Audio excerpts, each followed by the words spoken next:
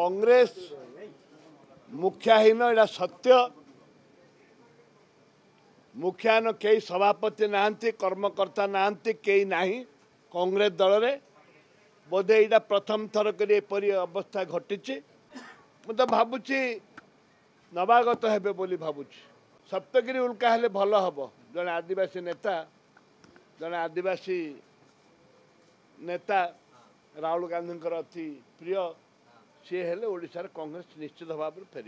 मुझे रामचंद्र काडम अधीन काम करूनी कि अंडर काम करूनी कि अंडर काम करूनी कि सी जो निष्पत्ति नौन मानुची ना नहीं। सप्तगिरी हेले भल हम। मुझे चिट्ठी भी लिखुची।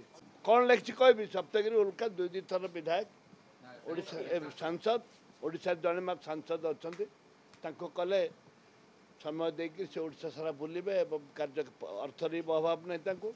कौन सी परिस्थिति आगे आम एमएलए मैंने भी अच्छु आदिवासी लोक हेले भल हम।